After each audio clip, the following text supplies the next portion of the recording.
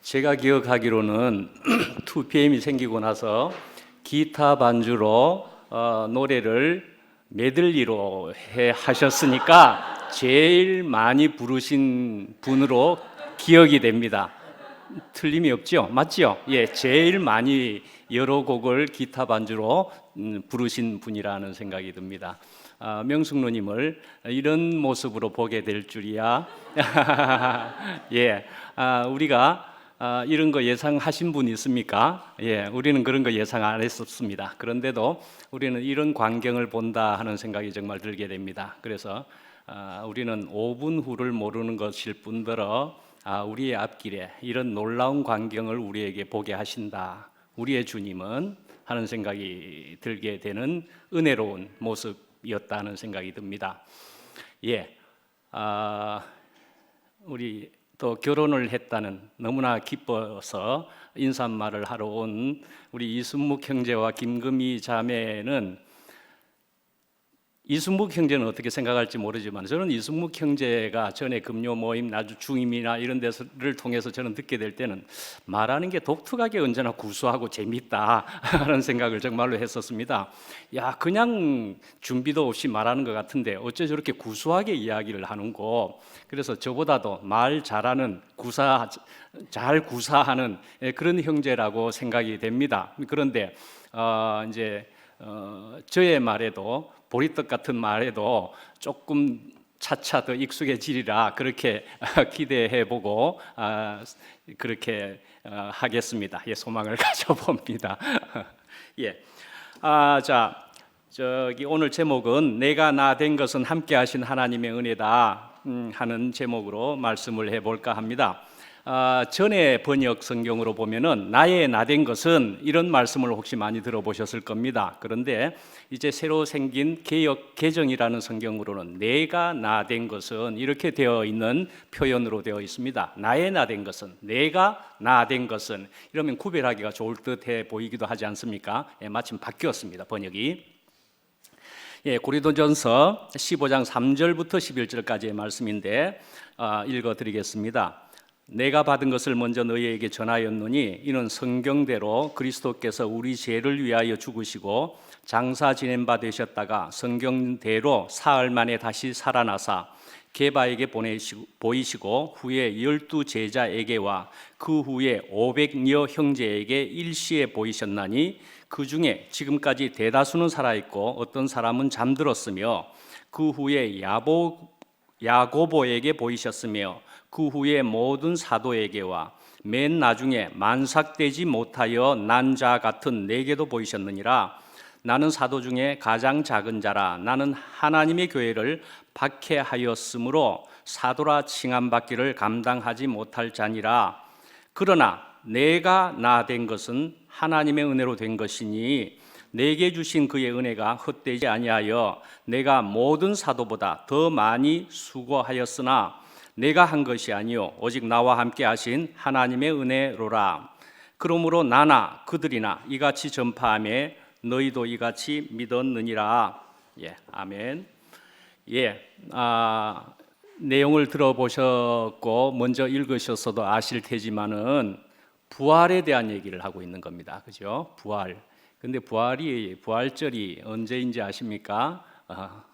다음 주입니다. 예, 다음 주입니다. 예, 그렇지만 우리는 부활을 매일이라도 경험하는 사람들이고 그러하기 때문에 오늘도 부활을 이야기해 보겠습니다.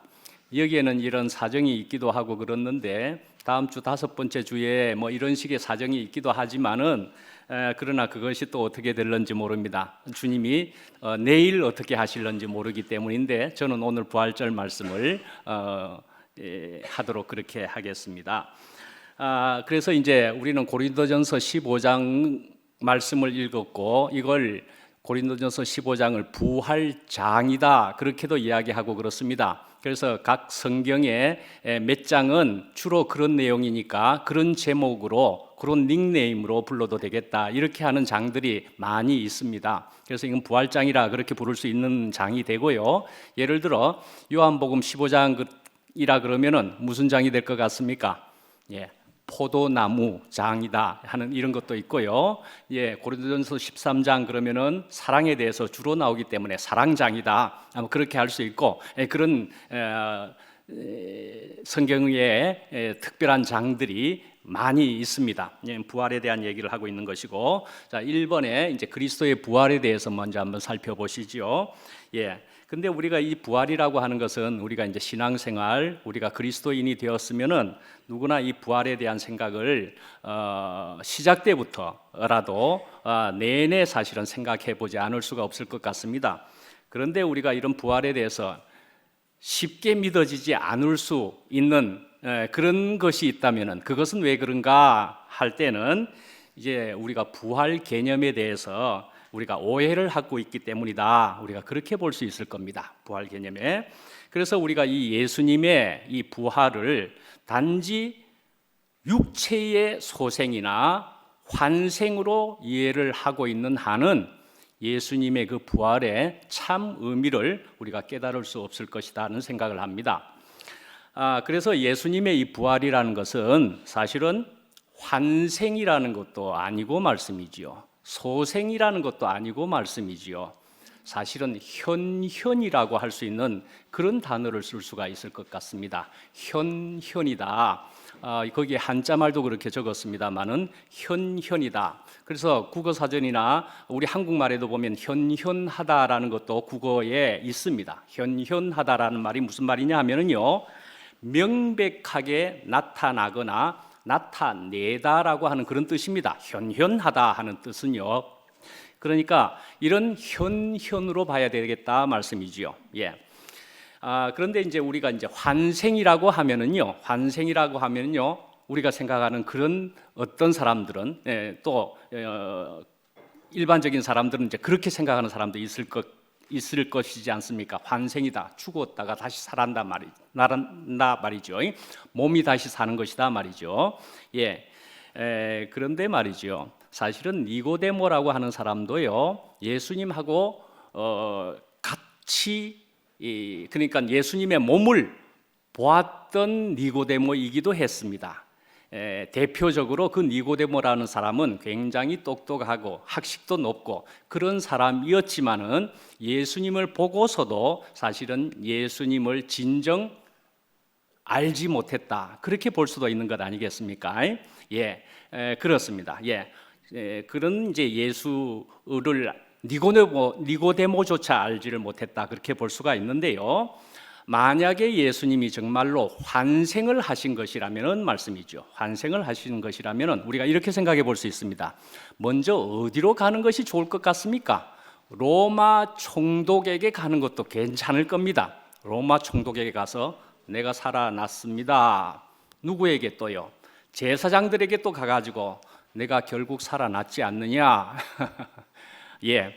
그리고는 또 어떻게 해야 됩니까? 사랑의 예수님이니까요. 아직도 부족한 사람들에게, 심지어 제자들에게 말이죠. 계속 옆에서 3년밖에 같이 있지를 못했는데 계속 남아서 가르치셔야 되고 사랑을 더 보이셔야 될 것이고 생명을 더 나타내셔야 될 필요도 충분히 있을 겁니다. 그죠? 그런데요, 그렇게 하셨다는 기록은 없고 예수님은 그냥 하늘로 올라가셨다. 그렇게 나와 있는 것이지 않습니까? 예, 이 땅에 계시지 않고 하늘로 올라가셨다 말이죠. 그러니까 이 예수님이 부활하셨다는 것은 무엇이냐? 환생이겠느냐 하는 것이죠. 현현이라고 봐야 되겠다 말씀이죠. 그러니까 지금 나에게, 오늘 이 자리에 나에게 예수님은 어떤 의미인 것인가? 나에게 진정 어떻게 해서 나에게 생명이 되는 것인가 말씀이죠. 예. 그래서 우리는 이렇게 부활한 주님을 현현이라고 부를 수 있겠다는 말씀이고요. 그걸 또 다른 말로는 주현이라고도 부를 수가 있습니다. 주현, 거기에 한자말도 거기에 나와 있고, 그래서 사실 주현절이라고 하는 절기도 있습니다. 주현절.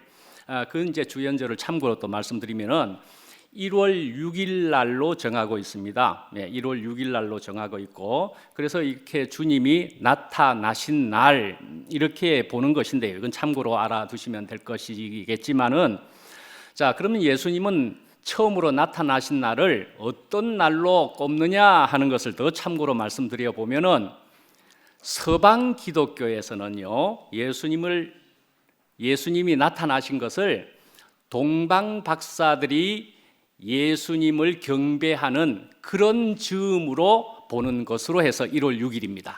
동방 박사가 예수님을 처음 만난 날, 그 정도쯤으로 해서 주현절로 주님이 나타나셨다 이렇게 보기도 한다 말씀이죠.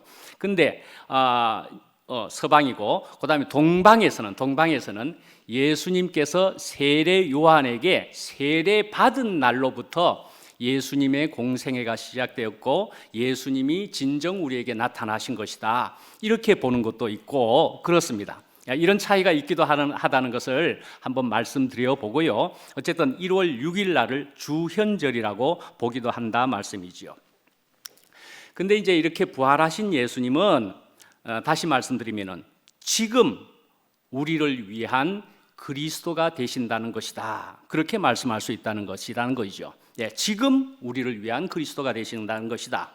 그러니까 환생도 아니고 다시 나타남으로서의 부활이다 말이죠.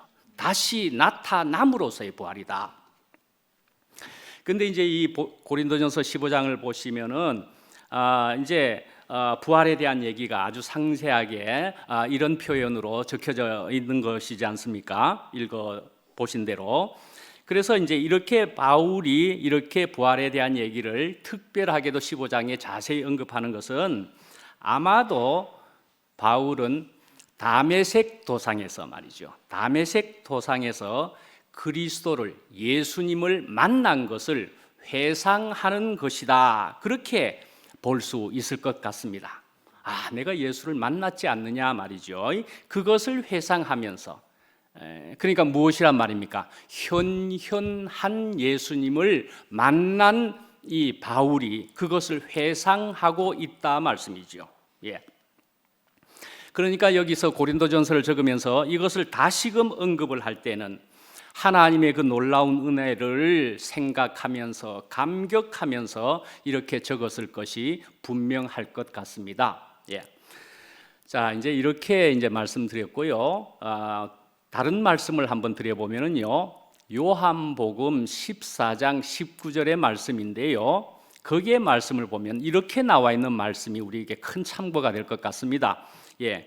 조금 있으면은 세상은 다시 나를 보지 못할 것이로되 너희는 나를 보리니 내가 살아있고 너희도 살아있겠음이라.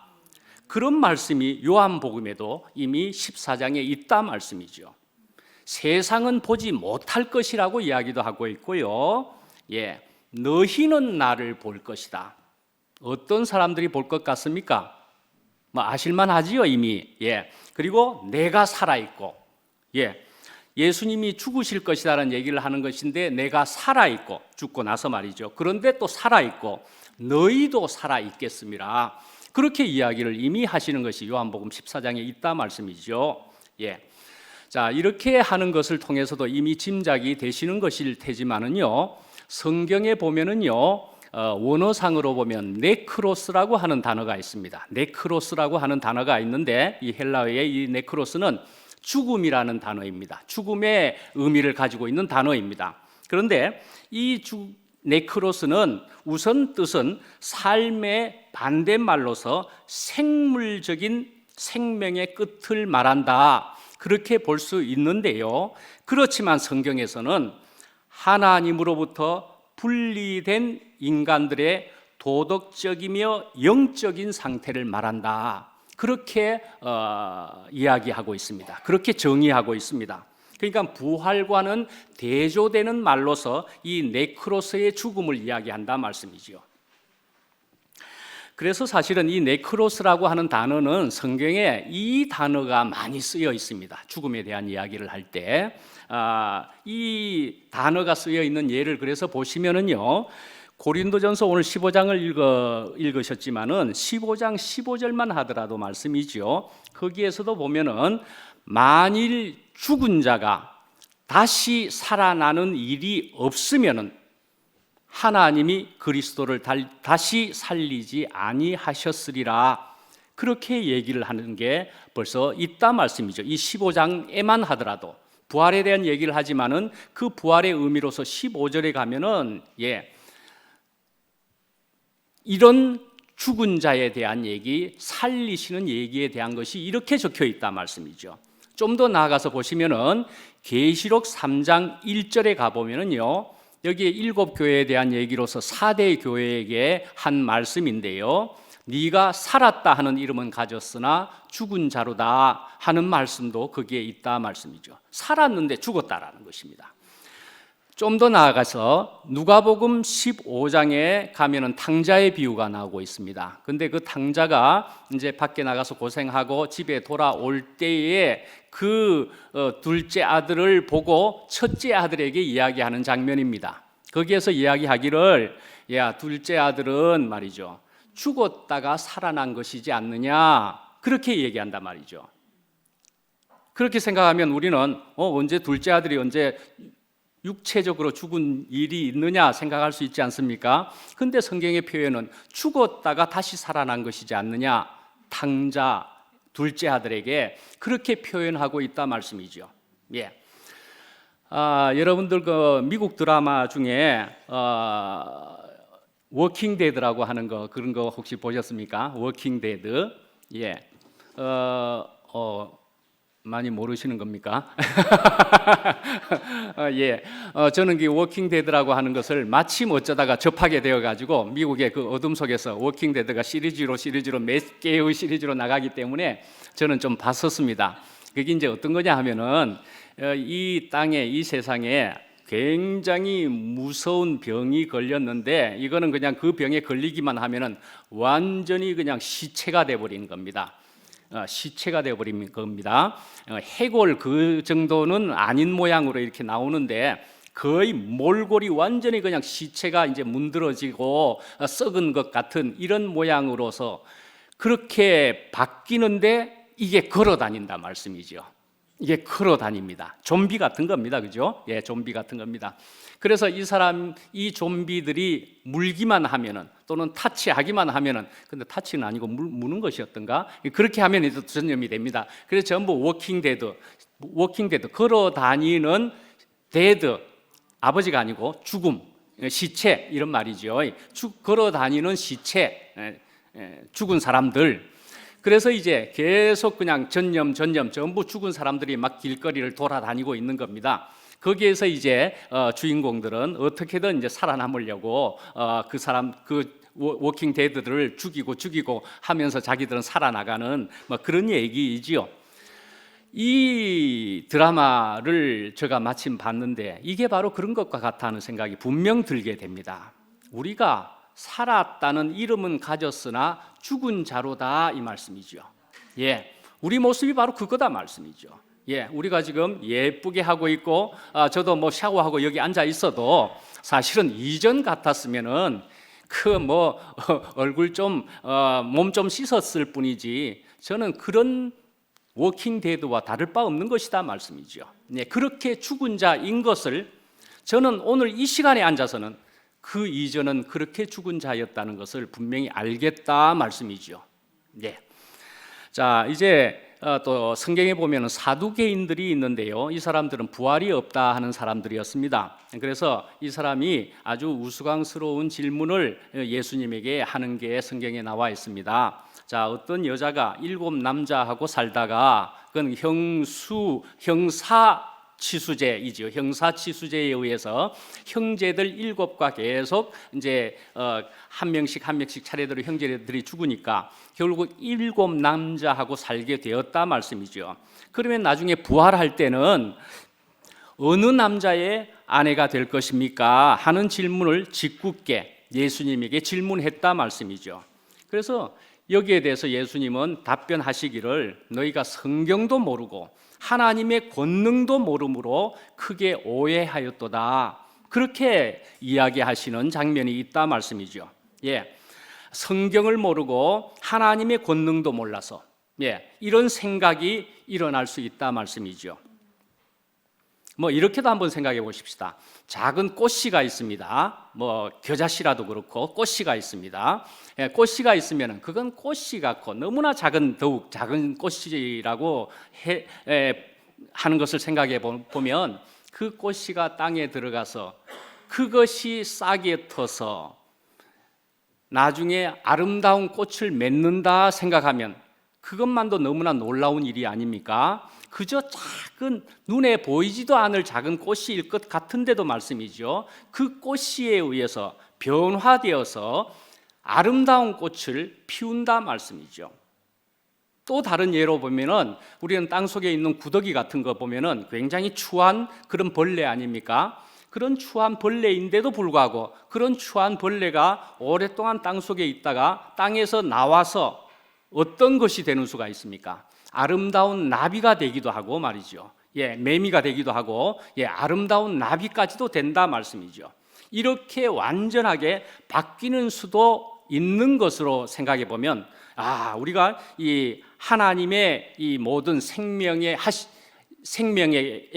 하시는 일을 우리가 다 이해할 수 없을 것일 수 있다 말씀이죠. 아주 신비한 일이지 않겠습니까? 예. 자, 요한복음에서요, 죽었던 나사로를 예수님이 살리셨습니다. 그리고 하시는 말씀이 나는 부활이요 생명이니 나를 믿는 자는 죽어도 살겠고 무릇 살아서 나를 믿는 자는 영원히 죽지 아니하리라. 요한복음 11장에 그렇게 말씀하셨습니다.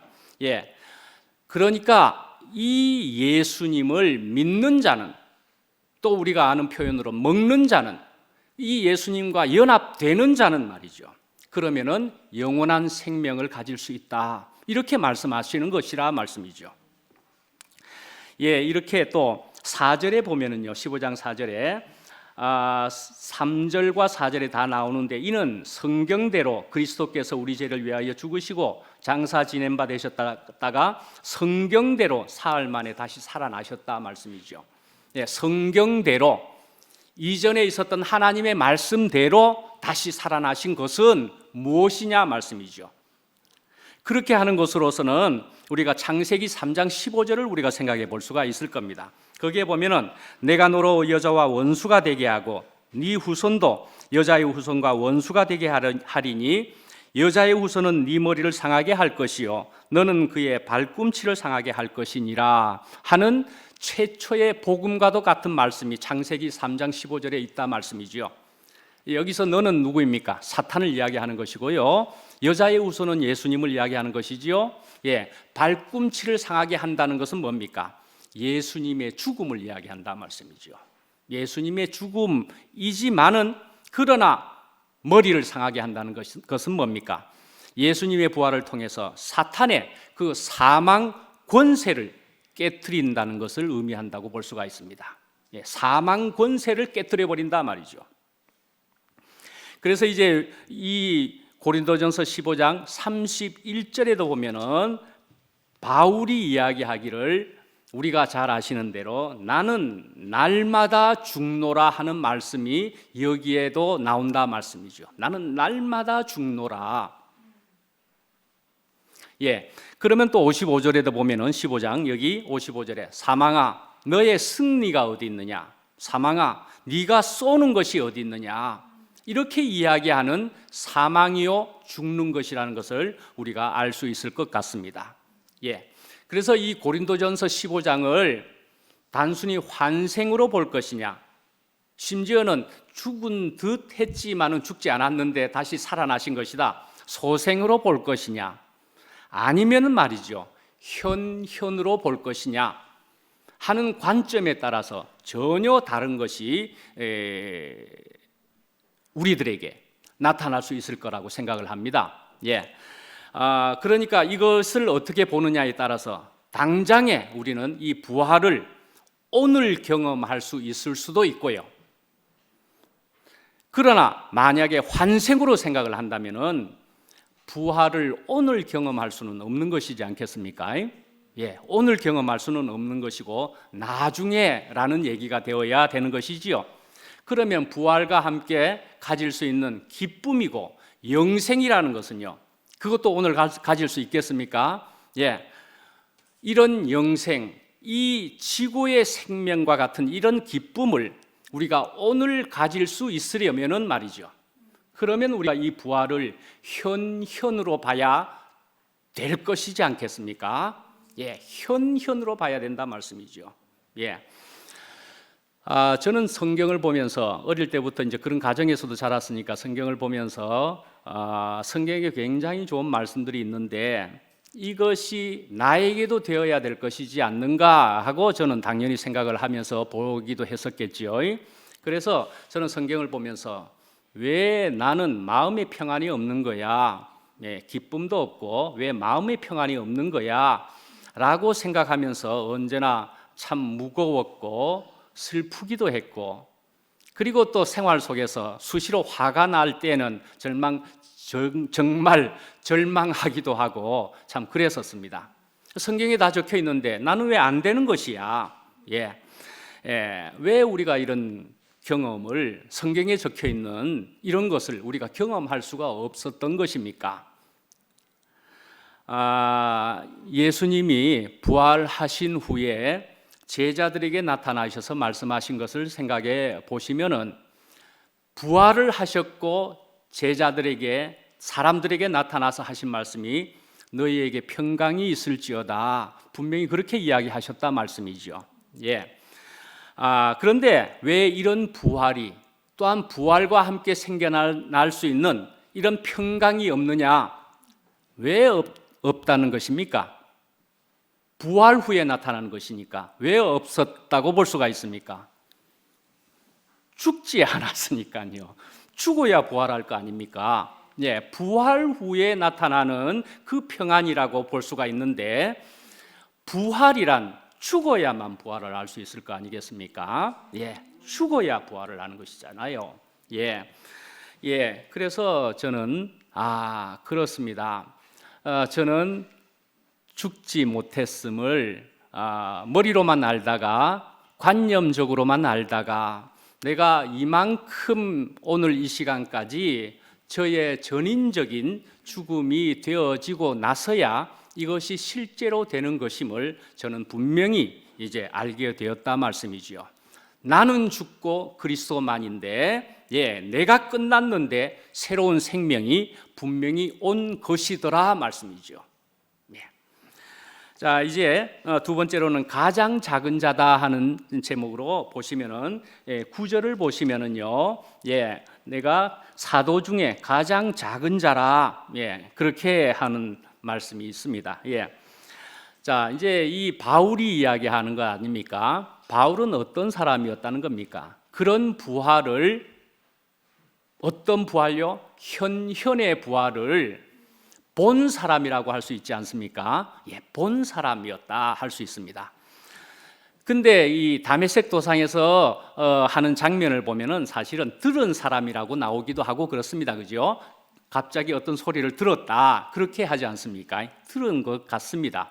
그렇지만 사실은 또 본 사람이다 말이죠. 부활한 예수를, 현현한 예수님을 보았다 말씀이죠.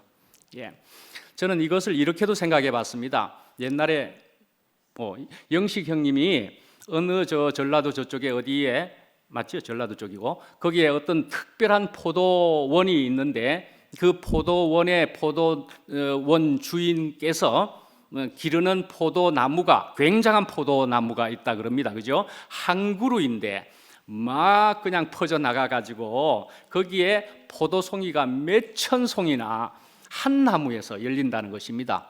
와, 정말 그런 거 처음 들어봤습니다. 비디오도 봤고요, 소개해 주시는 것으로. 그래서 거기에서 그 포도원 주인이 이제 이야기를 하는 것을 들어보니까 이 줄기 옆에 서가지고 이야기하기를, 나는 말이죠, 이 포도에 물이 올라가는 소리를 귀를 대고 들으면 들린다. 들린다 이러더라고요. 그러니까 옆에 사람은 거짓말하지 마세요. 그런 얘기죠. 들린다는 거예요. 그 포도원 주인은. 그렇죠. 그 포도원 주인은 어쩌면은 소리를 들었을지 안 들었을지 저도 모르겠습니다. 그 주인이 아니라서. 그죠? 그렇지만 그러나 그 주인은 들린다는 것이잖아요. 들린다는 것이잖아요. 예, 그런 것이라는 생각이 듭니다. 그 주인은 아마 분명히 듣고 있었을 겁니다. 예, 분명히 듣고 있었을 겁니다. 예, 그 나무를 너무나 사랑하고 너무나 정성을 들이면서 거기에다가 사랑을 하고 그렇게 하면서 이 나무의 소리까지 듣는다 말씀이죠. 저는 이것을 이 포도원 주인이 들을 수 있는 것은 어떤 조건과 어떤 상태를 가졌기 때문에 그게 가능했으리라 그렇게 생각을 해봤습니다. 어떤 조건과 상태를 가져서 그런 소리까지 듣는 지경이 되었다, 이르렀다 이렇게 생각을 해보게 됩니다. 예, 우리가 성경에서 말하는 그런 조건이요, 그런 상태라는 게 뭡니까? 가난함이죠, 한마디로. 예, 가난함입니다. 가난함이라는 걸 또 다른 여러 표현들이 있을 수 있지만 바닥을 쳤다 말씀이죠. 바닥을 쳤습니다. 나는 다 깨져버렸다 하는 말씀입니다. 나는 다 깨져버렸다 말씀이죠. 예, 특히 깨진 것은 어떤 것에 깨졌다고 또 볼 수도 있느냐 하면은요, 아까 노래하신 중에 명숙 누님도 이야기하셨지만 내가 율법이 깨졌다 그렇게 볼 수도 있지 않겠습니까? 내가 율법으로 인해서 모든 관계에 그것이 나에게 짐이 되고 슬픔이 되고 심지어 화도 나고 우리가 그랬겠지만은 내가 율법에 대해서도 특별히 깨졌다 말씀이죠. 율법이 끝났다 말씀이죠. 예, 그러니까 나는 이제 남들을 향해서 율법으로 가지고 손가락질을 하는 이런 데에서 나는 손가락을 들 힘도 없어졌다 말씀이죠. 나는 남을 판단할 힘도 없어졌다 말씀이죠. 내가 무엇이 되었기 때문이에요? 내가 흙이라는 상태라고 말할 수 있는 그런 흙이 되었기 때문이에요. 예, 마른 뼈가 되었기 때문이에요. 온전한 마른 뼈가 되었더니 하나님이 생기를 마른 뼈에다가 불어 넣어 주시고 흙에다가 불어 넣어 주셨다 말씀이죠. 이런 모습이 바로 최초의 인간을 창조하신 모습과 이게 같은 것이다 말씀이죠. 예, 이런 조건과 상태가 되면은 하나님이 거기에다가 숨을 불어넣으시고 생기를 불어넣으시고 진정한 사람이 되는 것이라고 말씀하고 있는 것이다 말씀이죠. 예. 바울만 그렇겠습니까? 저 같은 사람도 이런 부활한 주님을 만난 것이지 않겠습니까? 저만 그렇습니까? 여러분들도 분명 만난 것입니다. 예, 여러분들도 분명히 그렇게 만난 것입니다. 예, 그렇게 해서 저도 살아나게 되었고요, 여러분도 살아나게 된 것입니다.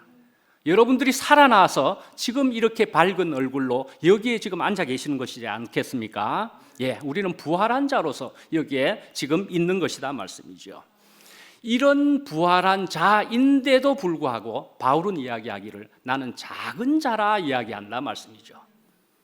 그런 엄청난 일인데도 불구하고 표현하기는 나는 작은 자라 이야기한다 말씀이죠.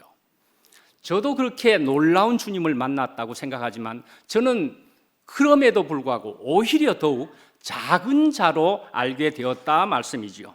예, 작은 자로.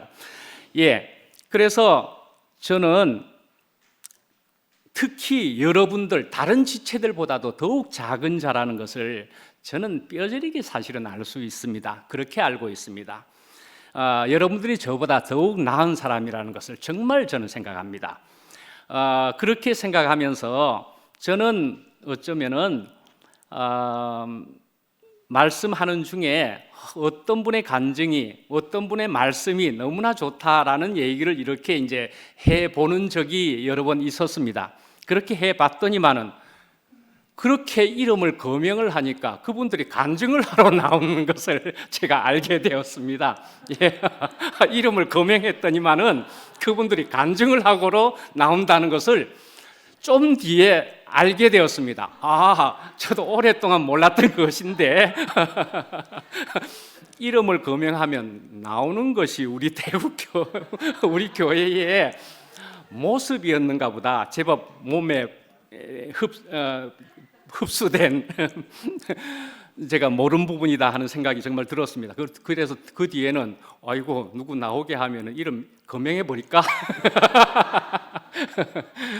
하는 생각도 드는데 뭐 이런 건 농담으로 좀 하는 얘기지만 정말 저는 다른 분들의 말씀이 간증이 은혜가 되어서 저는 거명을 합니다. 이번 목요일 날에 누구 참 좋았고 뭐 이렇게 얘기하고, 그래서 지금은 함부로 거명을 잘 못하겠지만은 저는 하나님의 은혜다, 여러 지체분들의 은혜라고까지 분명히 생각을 하고요, 저는 우리 자매의 은혜라고 생각을 합니다.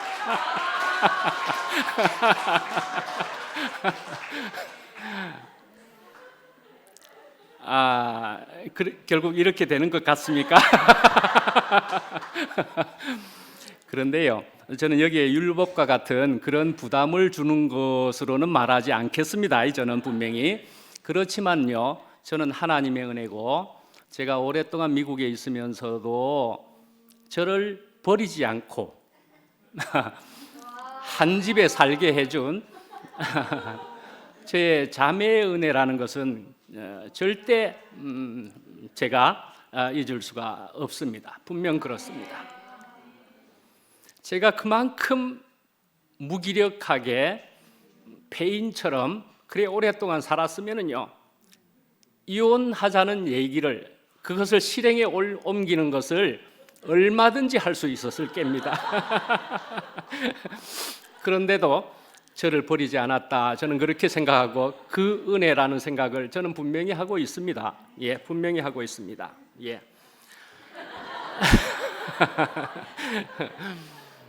예. 지금 이 말씀은 사실은 간단한 얘기인 것 같습니다. 예, 지금 이렇게 은혜에 대한 얘기고 내가 작은 자가 되었다는 얘기고 이런 것은요, 공로의 문제라는 생각을 해보게 됩니다. 공로의 문제다. 나의 공로, 우리의 공로가 아니다는 말씀이죠. 예, 우리의 공로가 아닙니다. 누구의 공로요? 주님의 공로고 주님의 은혜라는 말씀입니다. 예, 만약에 이것이 내 공로면은요, 이거 안 되게 되는 겁니다. 하나님이 필요 없게 돼버리고 마는 것입니다. 하나님 필요 없습니다. 내가 해가지고 내가 땄는데요, 내가 가진 건데요, 내가 해서 땄는 건데요, 그러면 하나님 필요 없는 겁니다. 예, 하나님의 공로요 은혜다 하는 말씀이죠. 예, 예, 하여튼 하나님을 만나면은요, 자신이 누구인 줄을 알 수 있게 된다 하는 말씀입니다. 이사야 선지자만 하더라도요, 하나님을 만나는 순간에 깜짝 놀라면서 하는 말이요, 화로다, 나는 망하게 되었도다, 그렇게 고백을 했다 말씀이죠. 예, 나는 이제 망하게 되었다. 무엇이 구체적으로 망한 겁니까? 못난 나가, 뭐 우리 아버님 이야기하시는 대로 못난 자아가 말이죠. 예, 내 안에 있는 나가 말이죠, 망하게 되었다, 그렇게 볼 수 있지 않겠습니까? 예, 베드로는 어떻습니까? 예수님을 진정 알아보게 되었을 때, 그렇게 될 때 무릎 앞에 엎드려서 주여 나를 떠나소서, 오히려 만나서 좋아야 되는데 주여 나를 떠나소서, 나는 죄인으로소이다, 내가 감당하지 못하겠습니다 라고 이야기했다 말씀이죠. 오늘의 바울도 지금 다메섹 도상에서 주님을 만났습니다. 얼마나 이 바울은 의인이었겠습니까? 의인이라고 생각을 분명히 했겠지요. 그런데 이 제대로 만나고 나서는 고백하기를 나는 죄인 중에 괴수입니다 까지 이야기를 했다 말씀이죠. 예, 사도라 칭함을 받기에 감당하지 못할 것이다 라고 이야기하고 있습니다. 예, 저도 이름은 목사라고 이야기합니다마는 이런 목사라는 이름을 가진 사람으로서 이렇게 특별한 시간을 가져가지고 지금 이 자리에 앉아서 말씀하는 그런 목사 본 적 있습니까? 정말 한국 안에서만 보더라도 이렇게도 어둠 속에서 직무유기를 이만큼 길게 하고서 이렇게 여기서 말씀하는 그런 목사는 저는 있으면 한번 데려와 보십시오. 저는 정말 못 찾을 것 같습니다. 너무 희한하고 놀랍지 않습니까? 제가 생각해도 정말 놀랍습니다. 저는 꿈도 꾸지 않았습니다. 그런데 저는 이렇게 말씀하고 있다는 것입니다. 예, 정말 저는 사람이라는 그것밖에는 없다, 그런 생각이 드는데, 그런데 주님께서는 이렇게 인도하셨다라는 생각을 분명해 보게 됩니다. 세 번째는 이제 제목에 있는 대로 내가 나 된 것은 함께 하신 하나님의 은혜다 말씀이죠. 이게 지금 시간이 안 보이려 그럽니다. 제가 시간을 지금 한번 봐야 됩니다. 정신없이 갔을 것 같은데, 그렇습니다. 예,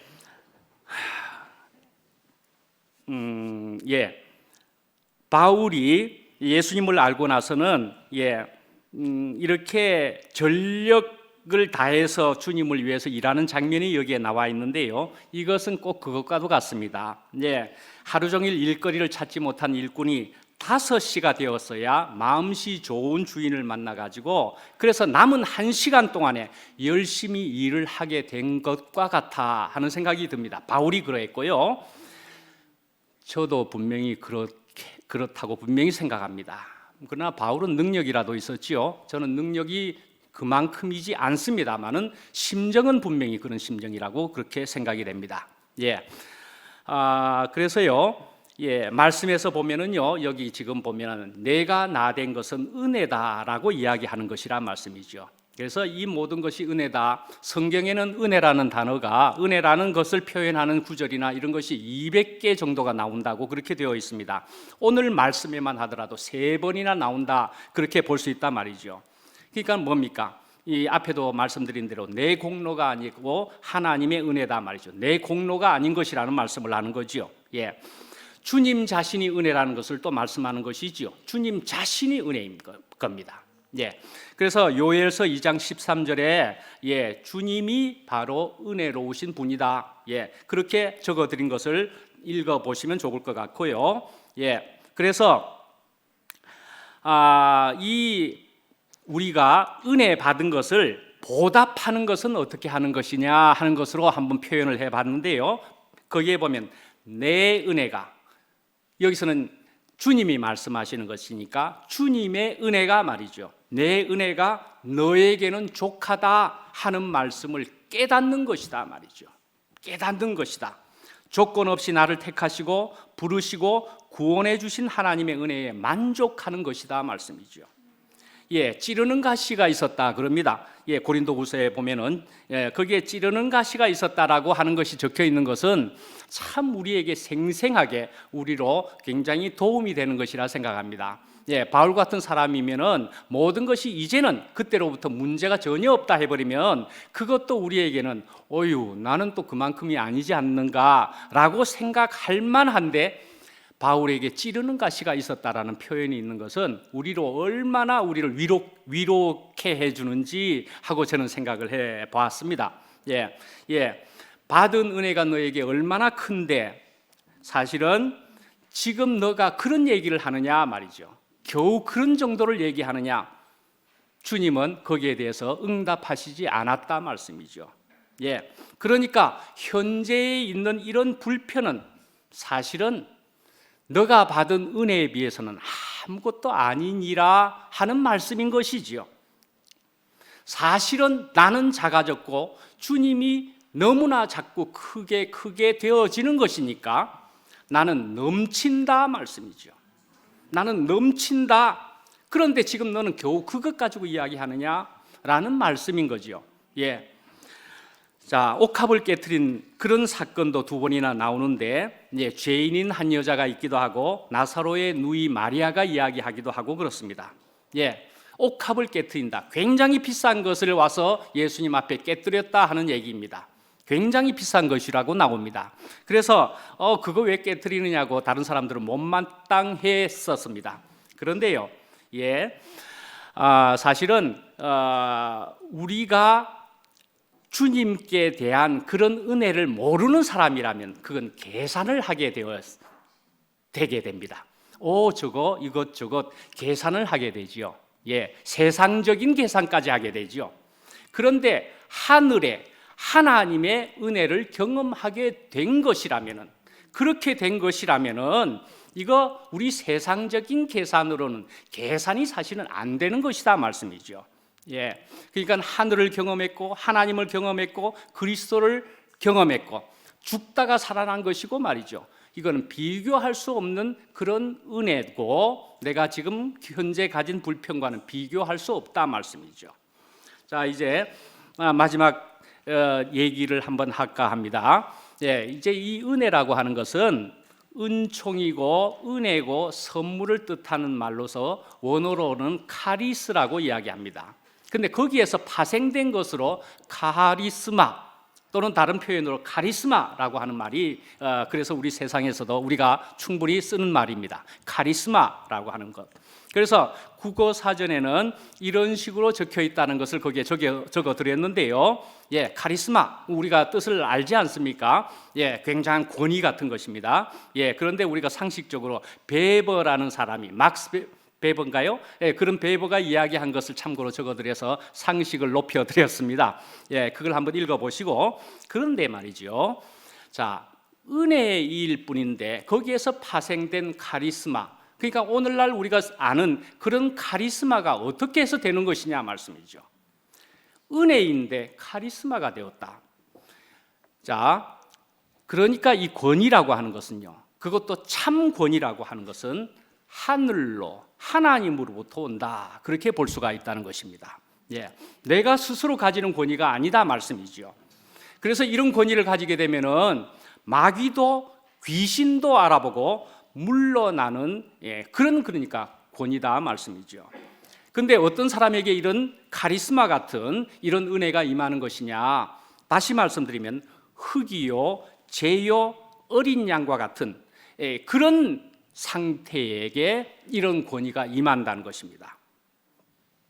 그러니까 이런 상태인데, 이런 모습을 하고 있는 이런 상태인데, 그러나 하나님으로부터 받은 것이라면은 이것은 권위가 하나님의 하늘의 권위가 실린다 말씀이죠. 네. 그래서 우리는 다시 말하면 십자가에서 끝나고 부활하신 예수님이 이런 권위를 가지셨다라는 것을 우리는 분명히 알 수 있습니다. 예. 자, 그래서 우리도 그와 같이 예수님과 같이 될 것이기에 우리도 그런 권위를 가진다. 왕 같은 제사장이라고 말할 수 있는 그런 권위, 그런 카리스마를 가질 수 있다 말씀이지요. 예. 그래서 이제 빌립보서 3장 10절에 보면은 내가 그리스도와 그 부활의 권능과 그 고난에 참여함을 알고자 하여 그의 죽으심을 본받아.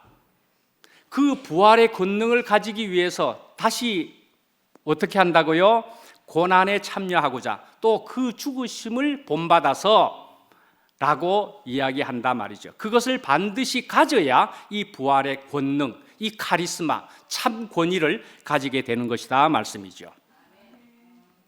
예, 저는 아무것도 아니라고 이만큼 알게 되었습니다. 여러분들도 그러실 거라고 생각합니다. 그런데요, 이렇게 아무것도 아닌데도 불구하고 우리는 놀라운 사람이 되었다라는 생각을 저도 해보게 되는데, 어떤 놀라운 사람이 되었느냐? 남을 살리는 사람이 되었다. 예, 그렇게 생각합니다. 저는 그런 일을 그나마 할 수 있다는 것이 너무나 기쁘고 복되고 즐겁습니다. 네, 남을 살리는 일에 지금 참여하고 있단 말이죠. 나는 아무것도 아닌데 말이죠. 예, 이렇게 될 뿐인데 불구하고, 야, 거기에 세상도 보고는 저 사람이 왜 갑자기 저렇게 돼버렸지? 왜 저렇게 되었지? 세상도 놀란다 말이죠. 예수님에게 이야기하신 것과 같이 진실로 하나님의 아들이로소이다 라고 이야기를 하게 된 것처럼, 우리도 아무것도 아니고 볼품없는 사람인데도 불구하고 저 사람 희한하네, 놀라운 권위를 가졌네, 그런 사람이 되었다 말씀이죠. 예, 우리는 이런 참 카리스마를 가지게 되었다라는 말씀이죠. 우리가 이래봬도 말이죠, 우리가 이래봬도 우리가 이런 사람들이라는 것입니다. 너무나 감사한 일이지 않습니까? 예, 주님을 찬양하고 마치겠습니다. 기도하겠습니다. 참으로 사랑과 은혜가 풍성하신 하나님 아버지, 참 이런 저를 만들어 주셔서 너무나 감사합니다. 참 얼마 전까지만도 저는 참으로 잘난 사람이었습니다. 하늘 높은 줄 모르는 사람이었더랬습니다. 그런데 주님께서는 저를 알맞게 다루어 주시고 과정을 거치게 하시고 이만큼 아무것도 아닌 자로 발견하게 하여 주셔서 너무나 감사합니다. 이렇게 아무것도 아니라고 생각을 하고 그 자리를 찾아갔을 뿐인데 놀라운 은혜를, 이렇게 복된 기쁨과 은혜를 저에게 허락하시고 우리들에게 허락하신 것을 생각하면 주님의 권능이 참으로 놀랍다 생각하지 아니할 수가 없습니다. 참 이런 참 카리스마, 참 권위를 가지고 정말 세상 사람들이 오히려 부러워할 이런 복된 자리를 더욱 저희들이 지켜나갈 수 있는, 더욱 죽고 주님만이 살아나는 그런 자리로 더욱 저희들을 인도하여 주시옵소서. 예수님 이름으로 기도합니다. 아멘.